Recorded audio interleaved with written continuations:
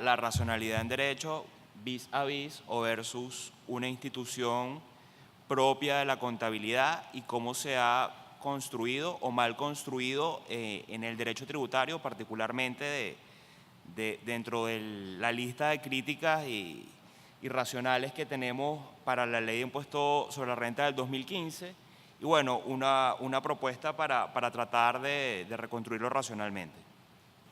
Bueno, la lucha, ya muchos abogados aquí sabrán que la lucha del derecho es por la racionalidad. El concepto de racionalidad es polisémico y no es unívoco. Sin embargo, hemos adoptado una matriz de análisis o un esquema de análisis en este trabajo, buscando que el discurso jurídico tenga un razonamiento práctico, es decir, el derecho visto desde la práctica. Esta matriz no es original de este autor, pertenece a un filósofo español llamado Manuel Atienza y ha sido utilizado en otras oportunidades por la doctrina nacional, entre ellos a través de las contribuciones del doctor Romero Musi y el doctor Seviliano Abache. Sin embargo, en este tema de la racionalidad del derecho versus la contabilidad, consideramos su método correcto, el cual procederemos a explicar. Atienza, en ese sentido, establece que no hay una sola racionalidad, sino que la racionalidad tiene que ser vista de distintos tipos, y para ello hay una racionalidad lingüística, una racionalidad jurídico-formal, una racionalidad práctica o pragmática, una racionalidad teleológica y una racionalidad axiológica o ética. La racionalidad lingüística se refiere a la fluidez del mensaje por parte del emisor respecto a la redacción de las proposiciones normativas. La racionalidad jurídico-formal se refiere a la integración armónica de una proposición legislativa respecto a los métodos de creación del derecho y a un sistema previo. La racionalidad práctica se refiere a la adecuación de los destinatarios a la prescripción legislativa y está relacionado con el concepto de eficacia jurídica. La racionalidad teleológica se refiere a la correspondencia con los fines sociales perseguidos y la racionalidad ética se encuentra en la justificación y correspondencia con los valores superiores del sistema en que se encuentra. En el presente caso, esta matriz de análisis se emprende porque, como ya hemos dicho, se trae un concepto propio del lenguaje de la ciencia contable. En ese sentido, el abono en cuenta es aquello que le enseña a los contadores el día 1 de sus clases de contabilidad en la universidad y se refiere a la teoría del cargo y el abono, es decir, al método de la partida doble. Y en todo caso, sin adentrarnos en aguas que no nos pertenecen, la definición o la más sencilla es la anotación contable en un registro contable. En todo caso, hemos detectado en principio que hubo una histórica incompatibilidad del traslado del abono en cuenta al derecho tributario por no ser correspondiente a los patrones racionales. Este empleo tradicional del abono en cuenta, bueno, como ya se ha dicho, dijo el relator y han dicho los ponentes que me han precedido, estuvo acompañado de la determinación del momento de disponibilidad del ingreso, de las deducciones de los gastos y de las retenciones. Sin embargo, la sorpresa que nos dio el presidente de la República actuando como legislador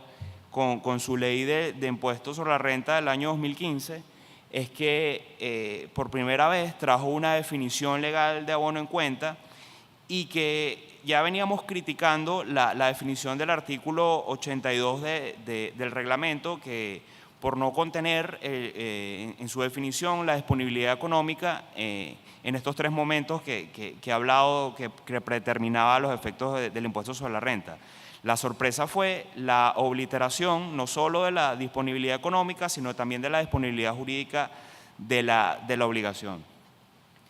Asimismo, y este es un tema discutido y no voy a entrar en Honduras si todavía existe abono en cuenta en el momento de la disponibilidad, pero la redacción del artículo 5 de la Ley de Impuestos sobre la Renta nos indica que toda mención a abono en cuenta fue obliterada, fue suprimida, y pareciera que la teleología del legislador en ese caso fue suprimir el abono en cuenta como una presunción legal de pago en lo que se refiere a la disponibilidad del ingreso. En todo caso, lo que sí sobrevivió fue, y para nuestra sorpresa, fue el artículo 84 de la actual Ley de Impuestos sobre la Renta, en que se establece el abono en cuenta o se continúa el abono en cuenta como un presupuesto de las retenciones de impuestos con una definición legal poco satisfactoria. Ese nuevo concepto de abono en cuenta que está en el artículo 84 señala, se entenderá por abono en cuenta las cantidades de los deudores o pagadores acrediten en su contabilidad o registro. En otras palabras, se dejó a rajatabla, puro y simple, el concepto contable de abono en cuenta. Es decir, toda la discusión que hubo en Venezuela en los últimos por lo menos 20 o 30 años respecto al abono en cuenta y las discusiones jurisprudenciales a partir de los dos criterios del caso Sural y de Empresa de Construcciones Benvenuto Grisanti, terminaron con un afán netamente recaudatorio, traer la definición, trasplantar la definición contable de abono en cuenta con efectos de las retenciones de impuestos sobre la renta. Desde la matriz de análisis emprendida,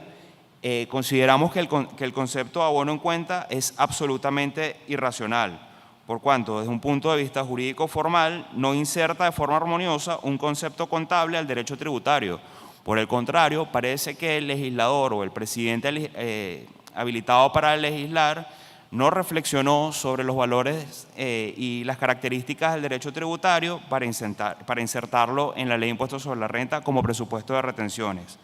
Por otra parte, desde un punto de vista práctico, pragmático, no se adecúa a la realidad de los destinatarios, que son los contribuyentes, por cuanto cómo vas a detraer una renta o un ingreso anticipado de forma anticipada que no tienes disponible económicamente o en su defecto jurídicamente.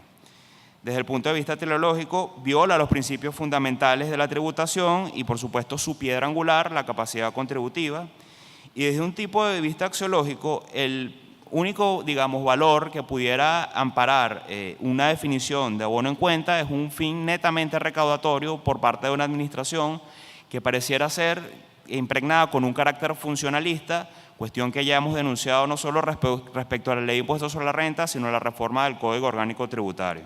Toda definición de abono en cuenta, bien sea que se reviva para el tema de la disponibilidad o para el tema de las retenciones, debe contar necesariamente con dos elementos.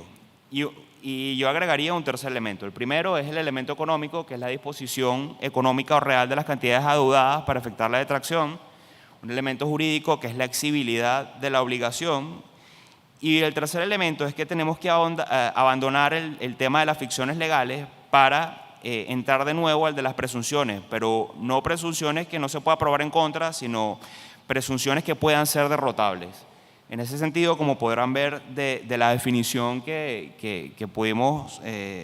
lograr o redacción, que como todo en derecho es perfectible, se consiguen estos tres elementos. Como conclusiones a esta breve disertación y que podrán leer completo en el trabajo que hemos otorgado a esta jornada, el abono en cuenta al final siempre será un concepto propio, fundamental y prototípico de la contabilidad que sí y solo sí puede ser reenviado y pertenecer al derecho tributario a través de una construcción racional, la cual sugerimos la matriz de análisis del discurso práctico del derecho. En segundo lugar, el concepto de abono en cuenta en el artículo 86 de la Ley de Impuestos sobre la Renta no es racional y necesariamente en una reforma a la ley tiene que ser reconstruido. Y por último, esta reconstrucción y el avance o la propuesta racional del concepto de abono en cuenta, además de devolverlo necesariamente al terreno de las presunciones y las presunciones derrotables, debe incluir en su definición el elemento económico y el elemento jurídico. Muchísimas gracias.